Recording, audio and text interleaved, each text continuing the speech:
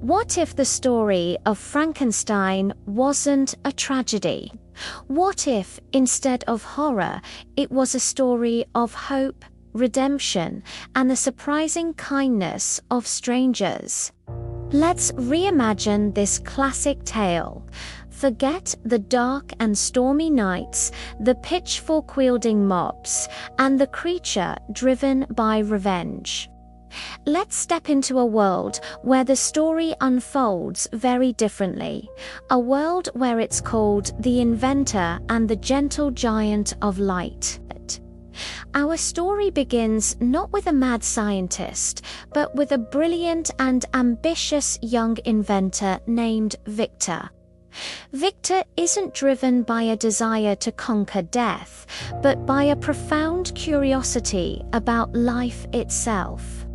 He spends his days and nights in a sun-drenched workshop, not a Gothic laboratory.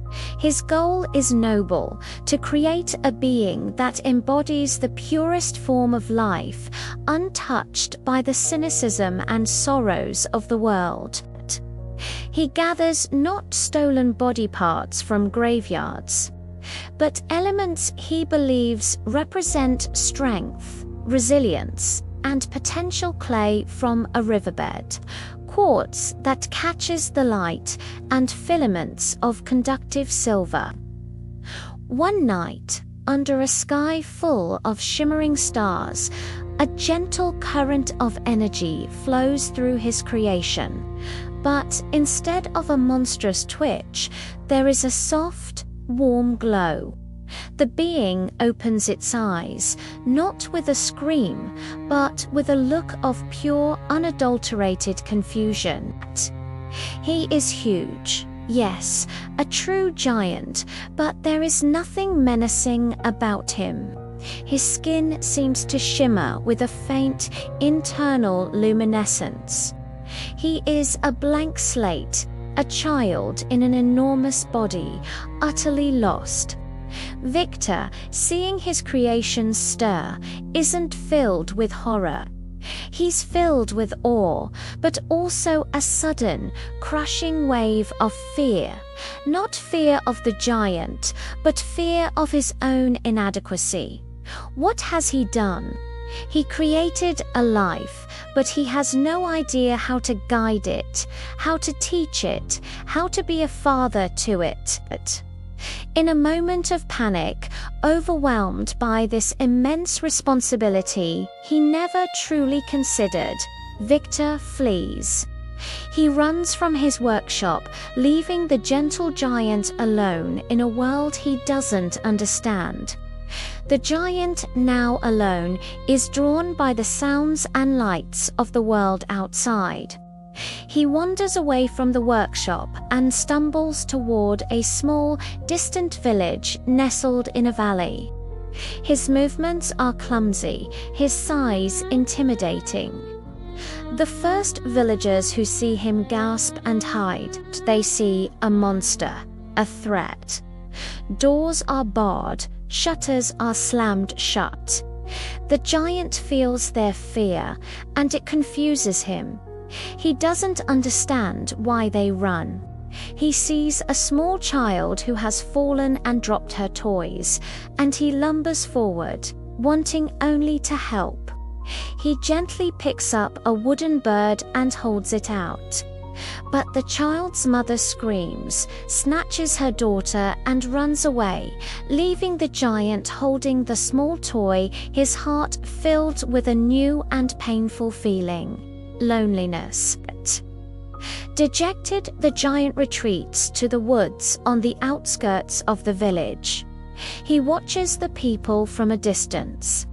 He sees them laugh, work together, and care for one another.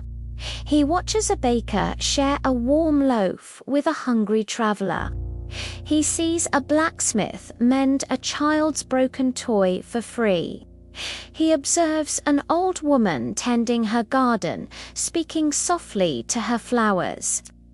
These small acts of kindness are a language he slowly begins to understand. He sees that human connection isn't about fear, but about sharing and helping. One evening, he notices the old woman Alara struggling to carry a heavy basket of firewood back to her cottage. Her back is stooped, and she pauses every few steps, breathless. Driven by this new understanding, the giant waits until she goes inside for the night. Under the cover of darkness, he quietly gathers a massive pile of firewood, enough to last her the entire winter, and leaves it neatly stacked by her door. The next morning, Elara discovers the wood. She is baffled, but deeply grateful.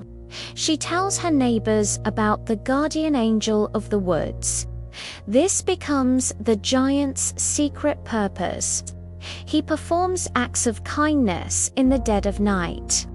A collapsed fence is mysteriously repaired by morning. A lost sheep is gently guided back to its pasture. Heavy stones are cleared from a farmer's field. The villagers start to whisper stories, not of a monster, but of a helpful spirit. Their fear slowly melts away, replaced by curiosity and gratitude. They start leaving little gifts at the edge of the woods: a bowl of stew, a woven blanket, a piece of fruit as offerings to their unseen helper. The giant finds these gifts and feels a warmth spread through him. It's acceptance, it's belonging. He is no longer just an observer. He is part of the community, even if from the shadows. He learns that kindness is a cycle. It is given, received, and passed on. He is not a monster. He is a protector, a friend. Meanwhile, Victor is consumed by guilt. He has traveled far, trying to forget what he did, but the image of those innocent, confused eyes haunts him. He hears whispers on his travels of a gentle spirit in a remote village, a mysterious guardian who helps the townsfolk. A spark of hope ignites in his heart. Could it be? He journeys to the village, his heart pounding with a mix of fear and desperate hope. He arrives and finds a village transformed. The people are not fearful, but joyful. They tell him stories of their guardian. Victor's guilt deepens. He abandoned his creation, and in his absence, the giant learned goodness not from his creator, but from the simple, everyday kindness of strangers. Victor realizes his failure wasn't in creating life, but in failing to take responsibility for it.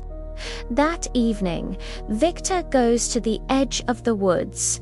He calls out, not with a command, but with a plea. "I'm sorry," he says, his voice trembling. "I was a coward. You deserved a guide, a friend. You deserved a father." From the shadows, the giant emerges. He is no longer the clumsy, confused being from the workshop. He stands tall, his inner light glowing brighter than ever. He looks at Victor, and there is no anger in his eyes, only a profound, gentle understanding. He walks forward and places a hand, as large as a table, softly on Victor's shoulder. It's a gesture of forgiveness. Victor, with tears streaming down his face, finally embraces his creation. He doesn't see a monster. He sees a being of light, a testament to the idea that goodness can be learned, that it can grow in the most unexpected places. From that day on, Victor stays in the village. He and the giant, whom the villagers now call Lumi, short for luminous, work together. Victor uses his inventive genius to help the village, creating irrigation systems and tools, while Lumi uses his strength to build and protect. The inventor teaches Lumi about the world, about science, art, and history. But in return, Lumi teaches Victor something far more important: compassion, responsibility, and the quiet power of a gentle heart. The story of the inventor and the gentle giant of light becomes a local legend. A reminder that true creation isn't just about bringing something into existence, but about nurturing it with love and kindness. It shows that even when we feel lost and abandoned, the kindness of others can light our way, and that everyone, no matter how they came to be, deserves a chance to find their place in the world. It's a story that proves that the greatest discoveries are not those made in a laboratory, but those made in the human heart. Thank you so much for watching. If this story brightened your day, consider liking this video and subscribing for more reimaginings of classic tales. What story should we transform next? Let me know in the comments below. Until next time, stay curious and be kind.